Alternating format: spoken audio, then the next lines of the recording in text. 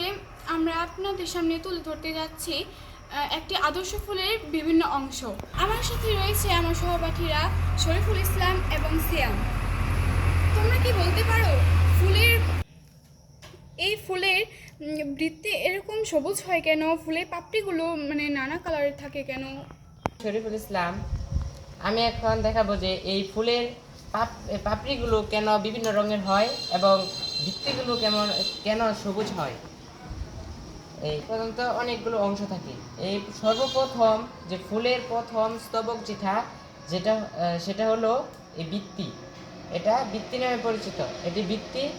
এটি সাধারণত সবুজ রঙের হয়ে থাকে। ফুলের অন্যান্য অংশকে কুড়ি অবস্থায় পোকামাকড় থেকে, রোদ বৃষ্টি থেকে রক্ষা করার জন্য হয়ে থাকে, সবুজ হয়ে থাকে। তে বৃত্তি দুই ধরনের হয়ে থাকে। একটি হলো যুক্ত বৃত্তি আর একটি বিযুক্ত বৃত্তি। বৃত্তি যেটা যুক্ত থাকে সেটা হলো যেমন এই যে ধুতরা ফুল, এটার নাম হচ্ছে ধুতরা ফুল। এটার বৃত্তি দেখছেন যুক্ত রয়েছে, সেটা এর জন্য এটা যুক্ত বৃত্তি। আবার আপনারা দেখছেন এই যে এটি আলাদা আলাদা পাট করা আছে, অংশগুলো পাট করা আছে, সেজন্য এটা বিযুক্ত বৃত্তি। আবার এই বিযুক্ত বৃত্তির প্রত্যেকটা অংশকেই এই বৃত্তাংশ বলা নাম বৃত্তাংশ। এখন আমরা দেখব এই ফুলগুলোর পাপড়িগুলো কেন ভিন্ন ভিন্ন রঙের হয়ে থাকে। সাধারণত এই ফুলের পাপড়িগুলো বিভিন্ন রঙের হয়ে থাকে কারণ পোকামাকড় থেকে পরাগায়ন নিশ্চিত করার জন্য এই বিভিন্ন কালার হয়ে থাকে। আকর্ষণ করার জন্য এই ফুলগুলোর পাপড়ি বিভিন্ন রঙের হয়ে থাকে এবং পোকামাকড় দ্বারা এটি পরাগায়ন নিশ্চিত ঘটে। সিয়াম, তুমি কি আমাকে বলতে পারো এই ফুলের বিভিন্ন অংশগুলোর নাম কি কি? জি, অবশ্যই বলতে পারি। দুই ধরনের ফুল আছে। এটা হলো যুক্ত বৃত্তির ধরনের ফুল আর এটা বিযুক্ত ধরনের ফুল। এইখানে একটি ফুলের সাধারণত পাঁচটি অংশ থাকে। এর মধ্যে একটি হলো বৃত্তি, এটাকে আমরা বৃত্তি বলি। এই যে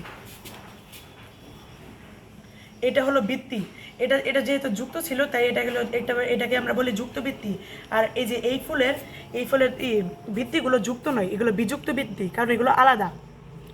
এখানে এই ফুলের ভিতরে এই যে এটার সবার উপরে যে অংশটা আছে এটাকে আমরা বলি পাপড়ি। এর ভিতরে যদি আমরা যাই, এর ভিতরে আমরা গেলে দেখতে পারি যে পুংকেশর আছে। এই অংশটাকে আমরা পুংকেশর নামে চিনে থাকি। আর এই যে সবার মাঝখানে এই যে অংশটা আছে এটাকে আমরা গর্ভকেশর নামে চিনি। এই গর্ভকেশরে এই ফুলের রঙের জন্য মাকড় আকর্ষণ হয়ে এখানে এসে যাতে এই ফুলের পরাগায়ন নিশ্চিত হয়। এই যে সবার মাঝখানে যে অংশটা আছে এটা হলো গর্ভকেশর, এর মাধ্যমেই ফুলের পরাগায়ন নিশ্চিত হয়। এটার থেকে আমরা যাই আরেকটি ফুলে। এই ফুলের এই যে গর্ভকেশরে আছে, গর্ভকেশর উপরে যে অংশটা আছে এটা হলো পরাগরেণু, এর মাধ্যমেই ফুলগুলো তাদের পরাগায়ন নিশ্চিত করে। এখন আমরা ফুলের পুষ্পাক্ষটি দেখব। এই পুষ্পাক্ষটি দেখার জন্য আমাদের ভিত্তির নিচে যেতে হবে, ভিতরে। এই যে ভিতরে যে অংশটা আছে এটাই হলো পুষ্পাক্ষ। এই এটাকে আমরা পুষ্পাক্ষ বলে থাকি। বিভিন্ন ফুলের বিভিন্ন রং থাকে। এই ক্ষেত্রে এক এক ফুলের রং এক এক রকম হলেও তারা একইভাবে নিজেদের পরাগায়ন নিশ্চিত করে। এজন্য বিভিন্ন ধরনের ফুলে আবার বিভিন্নভাবে পাপড়ি থাকতে পারে। যেমন এই যে এই ফুলে পাপড়িগুলো একসাথে আছে, আবার এই ফুলে পাপড়িগুলো আলাদা আলাদা।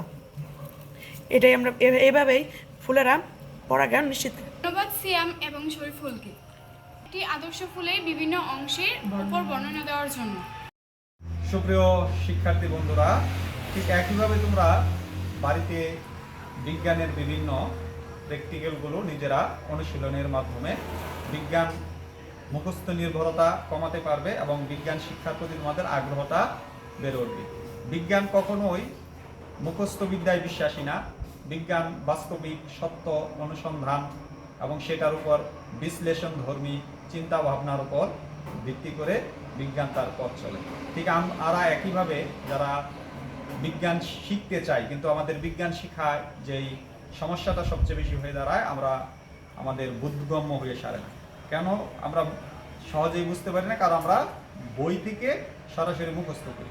প্রত্যেকটা ক্লাসের উপর, সেটা ফিজিক্স, কেমিস্ট্রি, বায়োলজি যে বইগুলো আমাদের আছে, আমরা ঠিক একইভাবে যদি চিন্তা ভাবনা করি, প্রত্যেকটা ক্লাসে যেই ক্লাসগুলো হচ্ছে সেই ক্লাসগুলো উপর সেই ইনস্ট্রুমেন্টগুলো কী প্রয়োজন বা সেই ইনগ্রেডিয়েন্টগুলো কী প্রয়োজন, সেগুলো যদি আমরা সংগ্রহ করতে পারি এবং নিজে এগুলো বাড়িতে অনুশীলন করি, সেটা আমরা যতদিন বেঁচে থাকবো ঠিক ততদিনই আমাদের ব্রেনের বেঁচে থাকবে, সেটা আর মুখস্থ করতে হবে না। আমরা চাই মুখস্থ নির্ভরতা থেকে ছাত্র সৃজনশীলতা আসুক এবং একটা বিষয় যেন সে সহজেই দীর্ঘদিন তার মাথায় থাকতে পারে। সুপ্রিয় শিক্ষার্থী বন্ধুরা, তোমরা আমাদের ছাত্রদের উপস্থাপনায় একটি ফুলের যে বিভিন্ন অংশ দেখতে পেলে, এটা বাড়িতে তোমরা অনুশীলন করবে এবং এটা দীর্ঘদিন তোমাদের মস্তিষ্কে থাকবে। ঠিক এভাবেই সৃজনশীল কোচিং সেন্টার তার শিক্ষার্থীদের সবসময় শিক্ষাদানে আগ্রহ সৃষ্টি করার জন্য চেষ্টা চালিয়ে যাচ্ছে। সবাইকে সৃজনশীল শিক্ষা পরিবারের পক্ষ থেকে অভিনন্দন ও শুভেচ্ছা।